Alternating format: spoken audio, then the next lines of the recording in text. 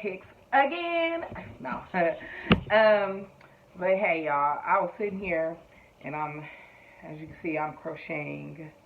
I'm making a wig at the moment. But I was like, well, maybe while I'm doing hair, I can talk to you guys about part of my journey with hair. And one story I tell people is how hair basically saved my life. I know you're thinking, how in the hell is that possible? But, there's so many things like you will find out about me listening to this channel. And one of the things about me is I grew up with my grandmother, Beatrice Maxwell, the love of my life. And she was an awesome grandma, and she did the best she could for me. With her,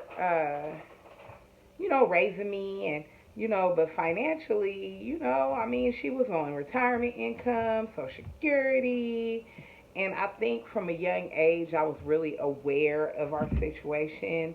Um, and so, I was just thinking about my future early. I don't think kids have as much urgency these days to think about their future as early because I think for kids, it registers, or for young people, it registers like their parents are going to be here forever. And like, someone's always going to take care of them. But for me, that rang very not true early in my life. So, I was a kidpreneur. I was always up to this, up to that. Just trying to make a little bit of money. And I was a good student. I was in the gifted program, and all that in school. But you know, I just felt a sense of urgency about my life. I did. And a part of that sense of urgency was, shit, how am I going to take care of myself? Because I don't plan to be broke. I don't plan to be broke down. I don't plan to be scrambling and scrounging, trying to live. I want to, a basically nice life. Like, I didn't grow up rich by any means. Um, and one thing is people thought I was either rich or very spoiled, but they didn't know I was actually kind of making my own money early. And how that ended up happening, a lot of that is, oh, wait a minute. Let me get this hair together for the camera. Okay. Okay. How's that, y'all? Okay. So anyway, so so anyways, um, yeah. So I was like, oh no. So I gotta make some money. So I thought about it. And I thought I was going to college. I think I thought I would be in the medical profession because I knew I could make good money at that. And like I said, I was a good student. I had good grades. Like everything was everything. But I want to tell you how life changed when I found out that I was gonna do hair. So let me tell you the story. Okay? Let me tell you the story. So the story kind of goes like this. There's this awesome hairstylist in Vallejo. Her name was Vivian. I won't say her last name, but her name was Vivian. And she was freaking awesome. And I heard her name all the time. And I wanted to get in her chair, but she was so awesome that she was completely booked all the time. I could never get in her chair. So in the summertime, me and my best friend, me and my Naisha, and she won't care if I say her name. But me and we used to be, we've been friends since we was like 2, 3 years old. Like I've known her so long, I can't remember like meeting her. Like there's no such thing. She's family. And her aunt happened to be like really close friends with Vivian.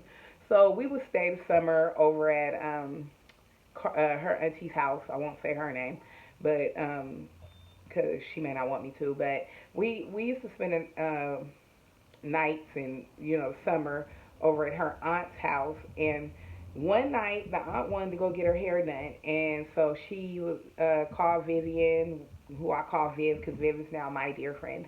And she called Viv up, and Viv was like, "Yeah, come on down. I'm gonna do y'all hair." I was like, "What?" Da-da-da-da. So we go down there, and she tells us she's gonna do our hair too, which was awesome to me because I was like, it was like, oh my God, the legend.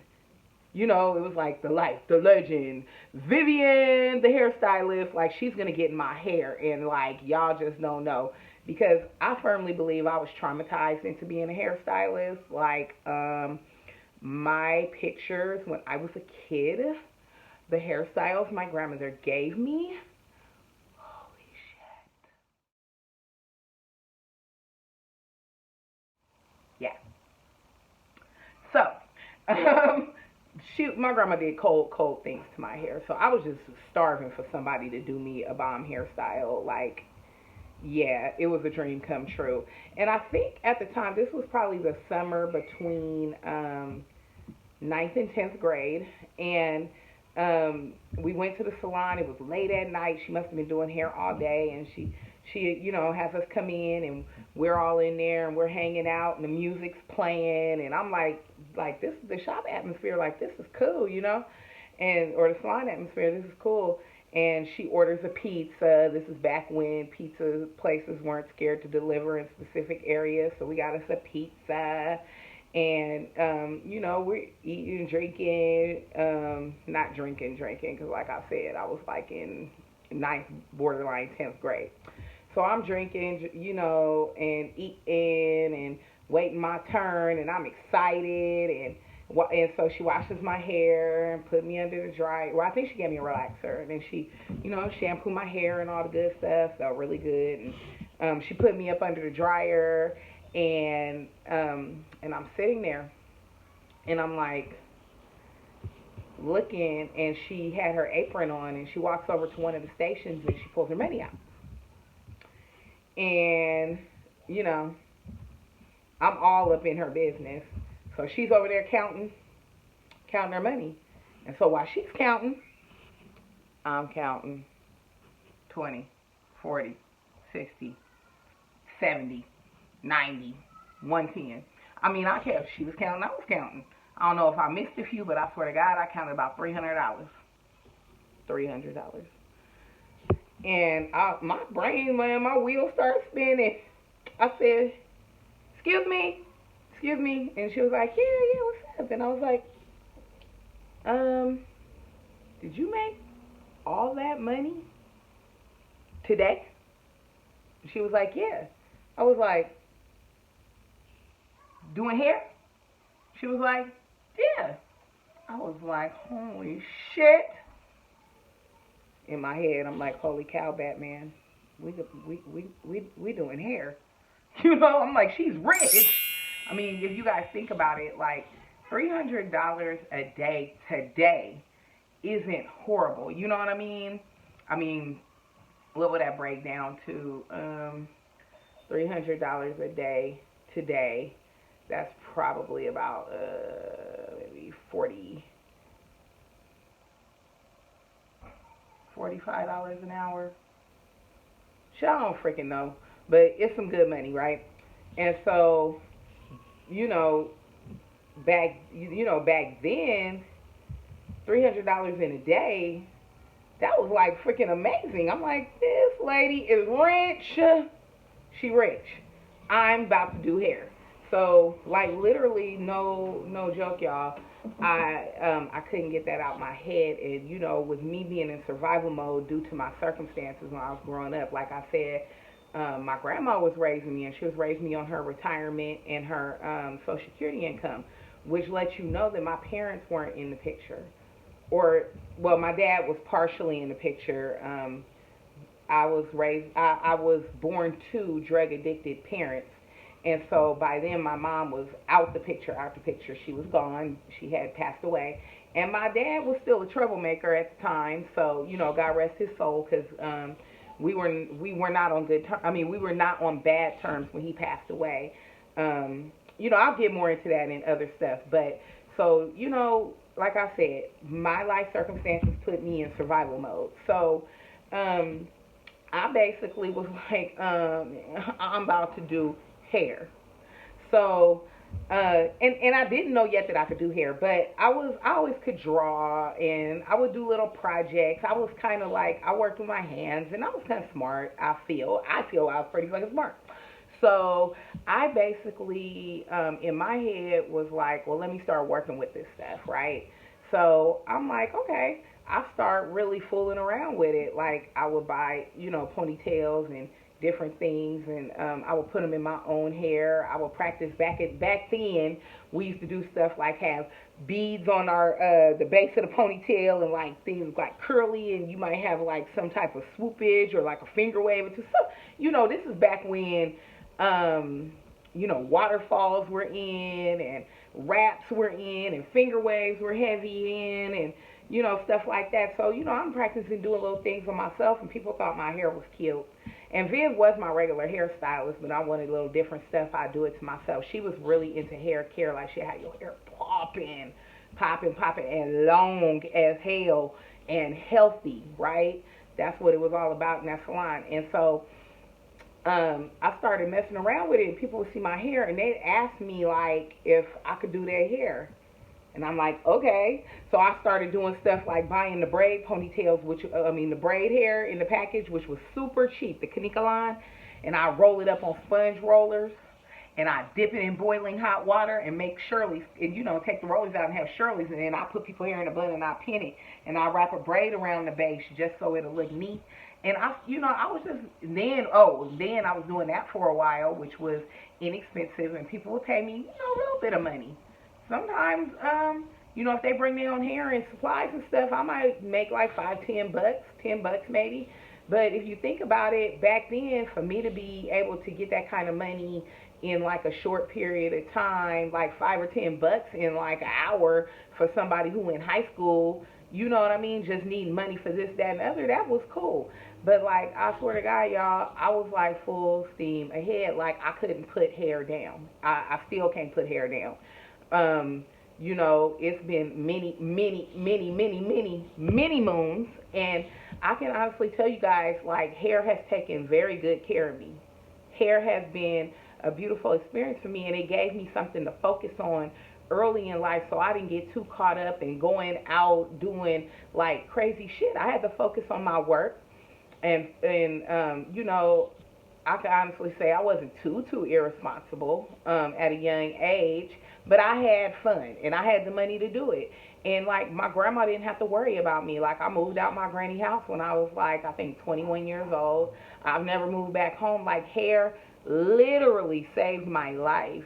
Because if I would have been somebody with no direction and due to, the circumstances I was born into, I mean, I had every reason in the world to just like be a whole ass mess. Like I said, you guys, like on this channel, you guys are gonna learn a lot of things about me, how I grew up, different traumas, things I went through, or whatever. But hair pulled me out of that. It gave me something to build on, something to build my self-esteem on, something to work towards constantly. Because if you guys know hair is an ever-changing industry. Hair is the business. It's always been the business. But it was the super business when I came into it. It's a little different nowadays. Like, it was fire back then. Like, hair shows was everything. Trade shows were everything. Like, I traveled. I took classes. I was into my shit, y'all. I was into it. Let me show you guys how this little wig is coming along, too. While I'm sitting here. So, as you can see, here's the lace here in the front. And this one is for me because I have a hairstyle that I had on my head. These are actually my own leftover dreads or locks from my own hairstyle. So this is going back. This is going to go on my head, the wig will. But this was originally in my hair. But yeah, I mean, hair did a lot for me. It was such an experience. And I remember when I told my grandma, okay, I want to go to hair school. She let me go to hair school while I was in high school. And let me tell y'all, this is how much I knew that I wanted to do hair. I went to a school in Vallejo, California. It was a beauty college out here. And they were shady. They were shysty. They took my freaking money, and they took a lot of people's money at that school, closed down, told us they were going to remodel, open back up. They never opened back up. They took our money and ran. They ran with a bunch of young people's money. There was a bunch of pieces of shit. And I can't believe they did that to us. But I ended up picking up and going right back to school as soon as I graduated high school. I stopped going to hair school so I could, well, because of that situation, and also so I didn't go back yet because I wanted to make sure I graduated high school because I wasn't gonna get clowned. You know, people in my family at least graduated high school. I wasn't gonna be the motherfucker that didn't graduate. Like that wasn't gonna be it, okay? So I basically was like, I signed right up. I went to a place out in Napa called Vintage Academy of Hair Designs. I went out there. Even that experience might be another video because in Napa, it's a predominantly white and quite a few Hispanic population. And I was like first of all, I was the only black person at that school. Probably out of 60 some odd students. So that was an interesting experience. But you know what? That was a very good school for me to be at. I'm just going to tell y'all. You know, my grandmama told me a few things. She said, when you go there, don't worry about that. Don't worry about that. Because they can't teach them. They can't teach their own without teaching to you too. So you sit near the front. You ask questions. And, you know, my grandma always had, she was my hype man, okay? If anybody had a hype man, I had a hype man, okay? So my granny, she was down for whatever. And so hair became my focus. Hair carried me.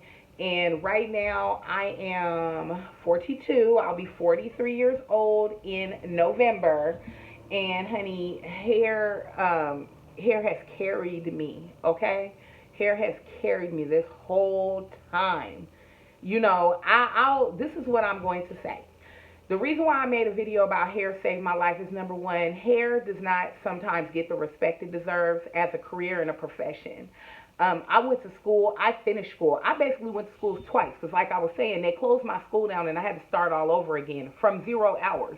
So I basically went to school 2 times.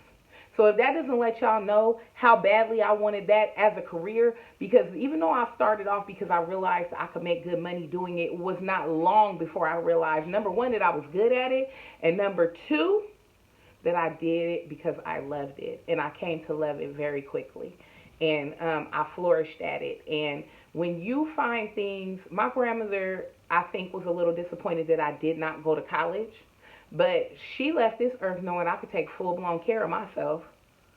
Hair has helped me do a lot of things. I've owned homes. I've taken trips. I've done most of the things that I've ever wanted to do doing hair. And I think people at this point know that hair is a big industry.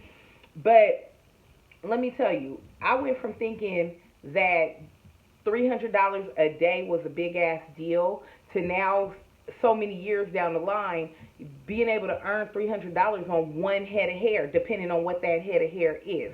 So I'm saying all this to say, when your kids, or kids, if you're watching this, young people, when you find something that you are interested in, explore it. When you find things that you are innately good at, explore that shit. Like, and parents, I encourage you, do not shut your children's dreams down because you want to see them go get a degree or this and that. Because trust me, it's a lot of people in my field that can out earn degree holders by far. But they need somebody to be behind them. We need a hype man. Your children need a hype man. I'm not saying to help them be irresponsible, but I think as a parent, it's your job to foster their gifts and nurture their gifts and help them learn to monetize their gifts. And these days, there's so much stuff on YouTube, and you know, there's so many things out here to help people learn to do whatever the hell it is that they want to do, and to be good at it, and to monetize it, and make it into a thing that can take care of their lives.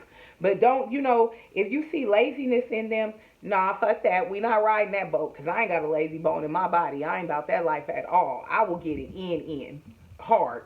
I done work late nights and early mornings. I done work 6-7 days a week. I done work 6 days a week, and on my 7th day, I'm doing a photo shoot. Like, I didn't play. I done did photo shoots. I done did movie sets. I learned makeup. I learned how to do so many different things. Now, no, I don't slay the makeup like the girls do these days. But for what I needed back when I was doing those things, I was good at it. And I got a lot of published work. I just got a lot of things under my belt that I could be proud of. And I swear, y'all, hair did that for me. So the moral of my story is, number one, I just wanted to let y'all know how I became to fall in love with hair. No, I was not a little girl that was sitting in the corner all cute, combing my doll baby's hair. No, my ass had GI Joes and Transformers, skateboards, and dirt bikes. To this day, I got a motorcycle. I would drive a pickup truck. Like, I was a real tomboy. I'm still kind of tomboyish, but at the same time, I'm such a fucking lady. I really am. Like, I promise y'all. But hair was everything to me, and my grandmother didn't discourage that. My grandmother was down for what I always say. She was always down for my shenanigans. But she knew that I was just trying to find my way and find myself, and she'd rather be a part of that and help those dreams come true than to smash me down and discourage me. My grandma wasn't that type of grandma. Parents don't be that type of parent. And kiddos, I know that y'all don't have full control over your finances in your life, and to some degree, you do have to do what your parents say.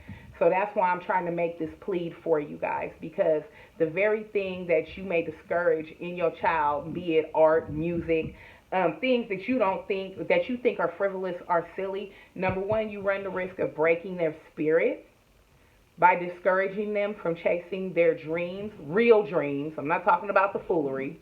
Um, but number two, and parents, it's not your life to live. It is your life to help sculpt and mold.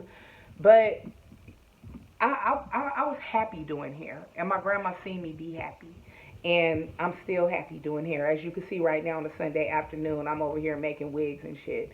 You know what I'm saying? And I even comb my hair up a little for you guys. I'm wearing a natural look right now, but I change my hair a lot whenever I feel like it, at least. So anyway, I just wanted to say all this, and I thought this video was gonna be like real short, like 10 minutes. But I guess when it comes to hair, I have a lot to say, because this thing has been beautiful to me. And I just want to get it out there that hair saved my life. And there were people along the way that were so instrumental. So let me give a shout out to certain people that were instrumental in my hair career. Number one, I want to give a shout out to my best friend Naisha for being my state board model and letting me fuck your head up for state board. And we're still friends to this very day. I love her. Also, I would like to give a shout out to Vivian Purvis. Oh shit, I said your last name, but it shouldn't matter. You beautiful individual. You were one of the first people to show me how to do a lot of things, and you were very, very wonderful to me, and I appreciate you for just like taking me under your wing and showing me how to do healthy hair. And also, I want to do a shout out to Miss Carmela. That is another friend of mine. She's still in the hair game. She got way more years than me, and she's the bomb. I love her to this very day. We're friends. And she showed me many things. She showed me a lot of business things. She showed me things like how to make sure that I had retirement, how to make sure that I had medical coverage, how to make sure I had private disability coverages. She showed me a lot of those things. Also, I have to give a shout out to Miss Dion. Dion, you know I love you to the moon and back, and we don't see each other as much as we should, but I think we know that our spirits are around each other all the time. That lady, she done seen me through some really dark days, because she knows my little depressed ass, and you know, at times I would show up on her in a little funk or depression, and she literally would sit up at the shop with me after she done did hair all day and nurse my little spirit. And she showed me a lot of things and how to better my craft, and you know, she knew how to correct me in love, and I always appreciate and love you for that. Rico, gotta give it up to Rico. So Rico, you beautiful, wonderful soul also. I remember the day you took me home and showed me how to do a high fashion ponytail on your own head. You must have seen something in me, and I thank you for being a part of allowing me to feed myself for 40, well, not 40, let's see, 20, I guess 8 years now, and still going. So thank you very much. I love you. And let's see, my brownie. I love my brownie. That is my big sister. And her ass, she tried to come at me. She tried to be a bully when I first met her. Ain't nobody scared of you. Ain't nobody scared of you, brownie.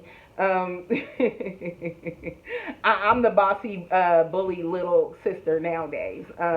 Also, another one that really, really like took time to show me things, and also when it comes to business, and she's a good mentor. I've had many, many, I guess, mentor relationships through these years. So, and there were people that weren't very nice to me in the industry as well. I won't name none of their names, but they know who they are. And that's okay, because those also were teachable moments for me and learning experiences or whatever. It's real life. Everybody's not going to love you, and it is what it is. But let me see, who else was very instrumental in my hair career. Um, oh, my cousin Tracy. I definitely got to give it up to her, because she found my first very own salon location. I wasn't trying to get no hair salon. She know that. She was like, "No, we're gonna get you a salon," because I cried a river when Carmela left our salon we were at. She went to go get her own salon, and she found my first location, and that was back in, I think, 2004. And I'm still a salon owner to this day, so I thank you. And there were also a host of assistants that helped me build my clientele, and were wonderful to me along the way. So let me let you know, no matter how we met or how it ended, if you ever assisted me, I don't care if it was for a few months or years, I love you. I don't know how you feel, but I love you, because I recognize when somebody was a part of my experience, and it doesn't matter really what happened. I know what you guys did for me, so I love you guys. And I know this probably turned into, I don't know. I get emotional sometimes when I think about it, because I do think about, based on my circumstances coming up, where I could be without this hair industry.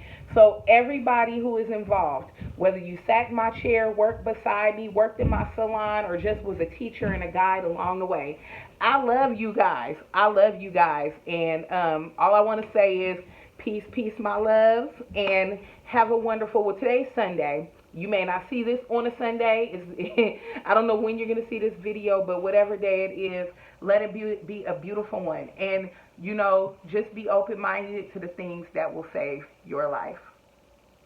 That's all, y'all. Bye.